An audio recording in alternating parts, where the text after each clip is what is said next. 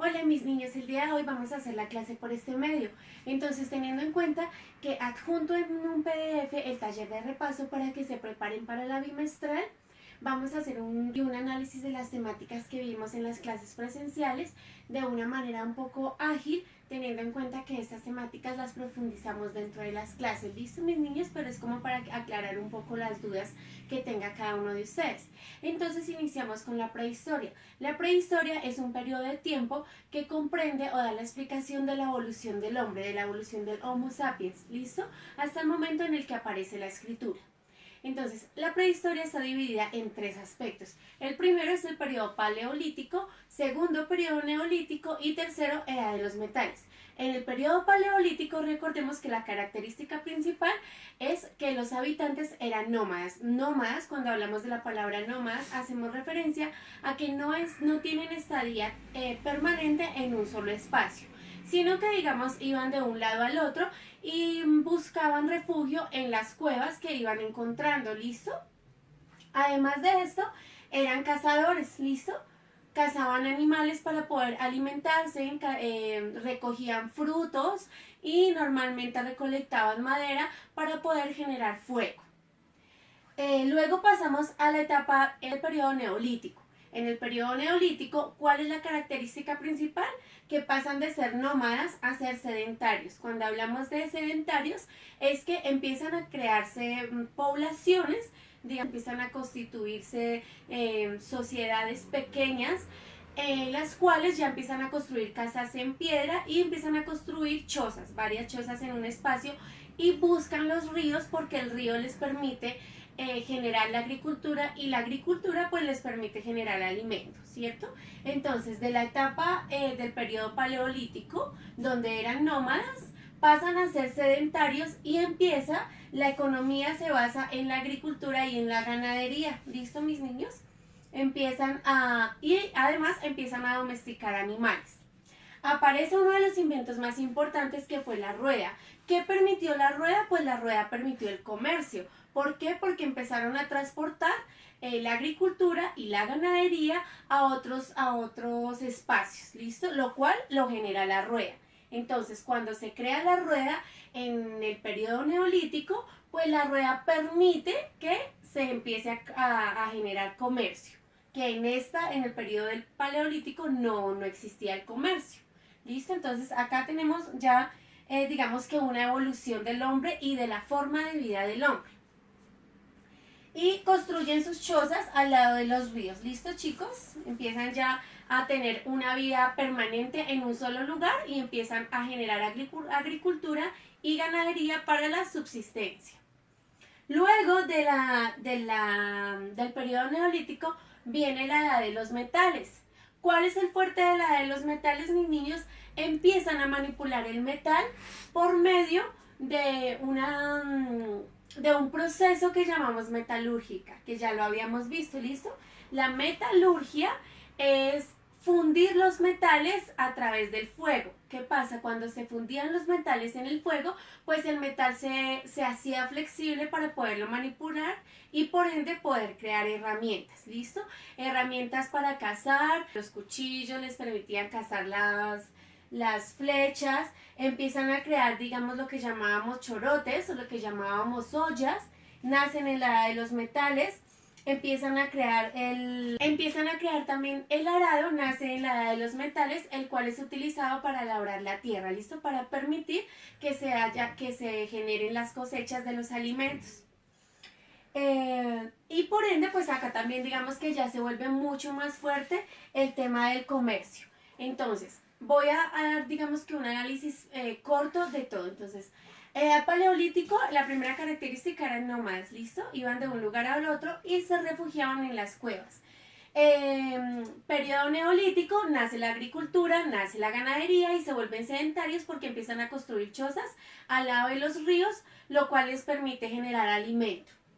Y además nace la rueda, que permite el comercio de un lugar al otro. Y en la edad de los metales empiezan a descubrir los metales como el cobre, el hierro, Se genera la metalurgia, que es el arte de manipular los metales y de fundirlos en fuego para que estos sean flexibles y se dejen convertir en instrumentos utilizables.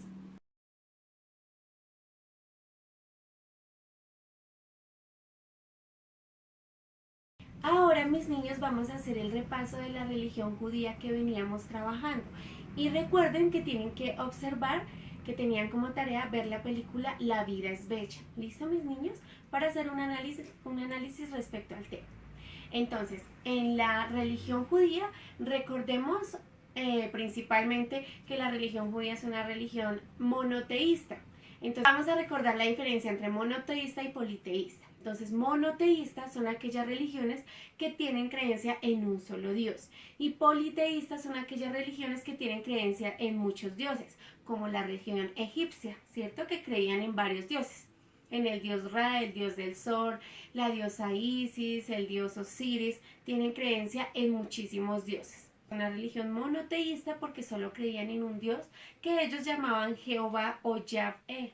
¿Listo? Vamos a mirar un poco los signos significativos y trascendentales en la religión islam. Entonces, el primero, mis niños, es la kipa o lo que también podemos llamar kipada. La kipa hace referencia y tiene un significado trascendental que es el temor a Dios o también lo podemos llamar el respeto a Dios. Además de eso, tenemos el Torá. El Torá es el libro sagrado de las personas que practican la religión judía. Vemos que abarca los mandamientos que son fundamentales para ellos, ¿listo? Que son los principales para ellos. Ahora bien, en la religión judía, como ya lo habíamos visto, ellos están en contra o no comparten el hacerle venia o el orarle o el arrodillarse ante una estatua o ante un símbolo divino. Por otro lado, mis niños, tenemos los rabinos.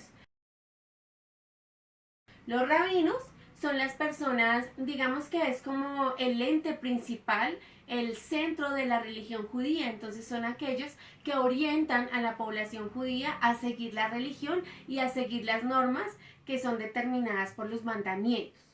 Dentro de las celebraciones más importantes, recordemos que está el Bar Mitzvah, ¿a qué hace referencia? A ese transcurso de tiempo cuando el niño pasa a ser adulto. Entonces se reúnen todos y hacen esa celebración. Pero es importante tener en cuenta lo siguiente.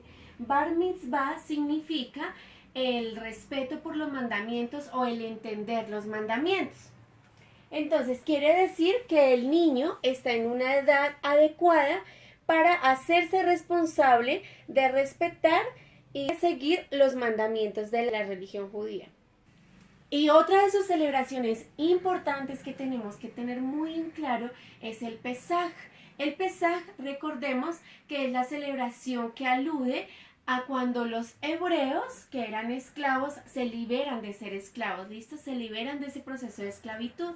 Entonces, cada año la religión judía hace la celebración conmemorando ese episodio cuando son liberados los hebreos de la esclavitud. Listo, mis niños, entonces voy a darles la explicación del taller de repaso. Les va a llegar este taller de repaso, listo, tal cual lo ven acá. Ustedes deben, digamos que transcribirlo a sus cuadernos con su letra y realizar los cuadros, listo. Hacen los cuadros bien bonitos. Perdonen, los cuadernos no, mis niños, van a solucionar el taller en una hoja de examen, listo, hoja de examen. Entonces realizan los cuadros. El primer punto es abarcando la prehistoria. Entonces acá van a poner, recuerden que la prehistoria fue desarrollada en 3 periodos. El nombre del primer periodo, mis niños, ¿listo? Acá la imagen que representa el primer periodo la pueden dibujar o imprimir. Las imágenes sí las pueden dibujar o imprimir. Acá describen las costumbres del primer periodo, o sea, el periodo paleolítico, y acá van a hacer una descripción de la forma de vida. Así lo hacen con los otros periodos. ¿Listo, mis niños? Ahora acá, el segundo tema es Mesopotamia. Igual, hacen el cuadro en la hoja examen, por favor. van a escribir acá en qué se basó la economía de la civilización Mesopotamia, el arte y la cultura y la sociedad. Realizan el cuadro en la hoja de examen. Listo, el resto ya son preguntas. Acá les doy unos dioses, entonces van a escribir el protagonismo de cada dios, de qué era ese dios, si era del sol, del agua, del amor. Listo, cada uno hace la definición. En la pregunta 11, mis niños, entonces acá les pongo un cuadro de respuestas, es el que ven acá. Hay dos respuestas correctas, ustedes me van a colorear si es esta que A y B, o si es B y C, o si es D y A, o si es A y C, colorean el cuadro correspondiente, ¿listo? Acá van a completar, en estos espacios van a completar con las palabras correspondientes. Y listo, mis niños. Y el último, mis niños, teniendo en cuenta que tenían que ver la película La vida es bella, vamos a hacer un análisis de esa película. Entonces, un abrazo grande.